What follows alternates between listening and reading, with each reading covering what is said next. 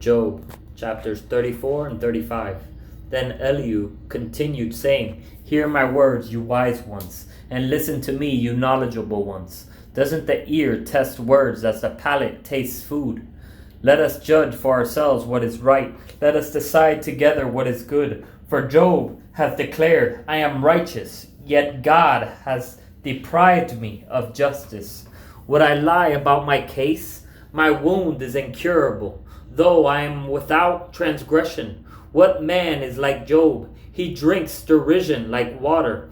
He keeps company with evildoers and walks with wicked men. For he has said, a man gains nothing when he becomes God's friend. Therefore, listen to me, you men of understanding. It is impossible for God to do wrong, and for the Almighty to act unjustly. For he repays a person according to his deeds, and he gives him what his conduct deserves. First, God is Almighty. He is Alpha and Omega. God is not treating anybody unjustly for allowing anything to happen to them, regardless what that thing is, whether it's good or bad to that person's perception. At the end of the day, does the potter not have the right to do with one pot of clay that he made the same as he wants to do with the other? Or use one for holy purposes and the other to break and throw in the fire if he wants? Therefore, listen to me, you men of understanding. It is impossible for God to do wrong, and for the Almighty to act unjustly. It sure is impossible. And no matter what God allows us to go through, even if it seems wrong to us, it is for a greater purpose. And it is not impossible in the perception of that God will not allow such a thing to happen. No. It is impossible because even when God allows it to happen, God's ways are higher than our ways. His understandings and his plans are higher than our plans and our understanding. For he repays a person according to his deeds, and he gives him what his conduct deserves. Indeed, it is true that God doesn't act wickedly, and the Almighty does not pervert justice. Who gave him authority over the earth? Who put him in charge of the entire world? If he put his mind to it, and withdrew the spirit and breath he gave, every living thing would perish together, and mankind would return to the dust. If you have understanding, hear this. Listen to what I have to say. Could one who hates justice govern the world? Will you condemn the mighty righteous one, who says to a king, worthless man, and to nobles, wicked men, God is not partial to princes, and does not favor the rich over the poor, for they are all the work of his hands. Correct. God does not favor one over the other. God desires for no man to perish.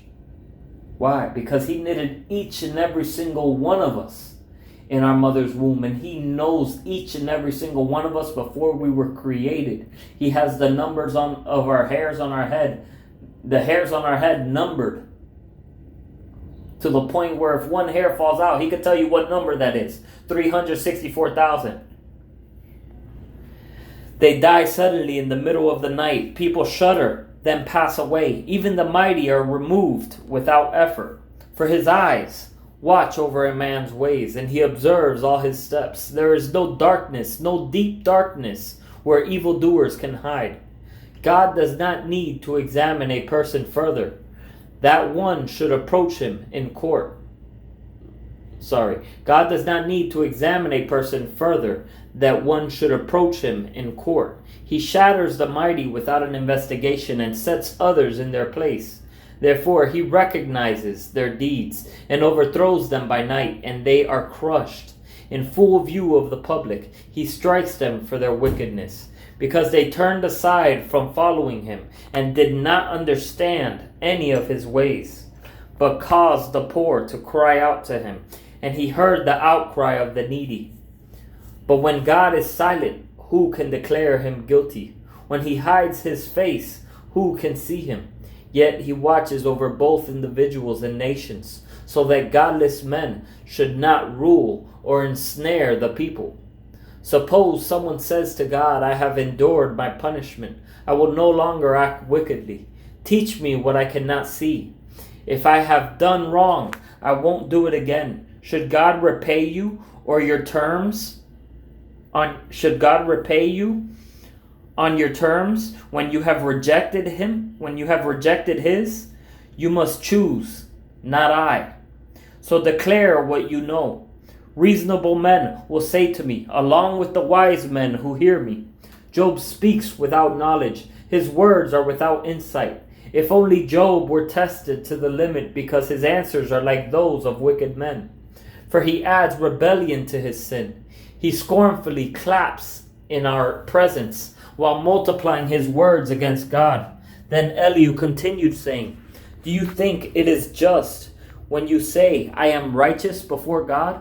For you ask, what does it profit you? And what benefit comes to me if I do not sin? Once again, here we are. Elihu is speaking truth, but out of context.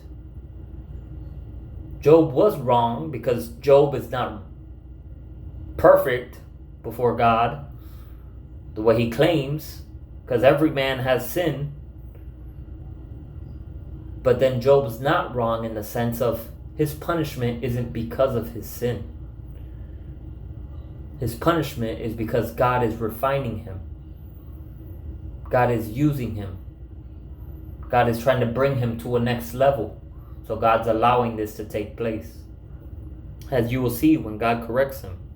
I will answer you and your friends with you. Look at the heavens and see. Gaze at the clouds high above. If you sin, how does it affect God? If you multiply your transgressions, what does it do to him? If you are righteous, what do you give him? Or what does he receive from your hand?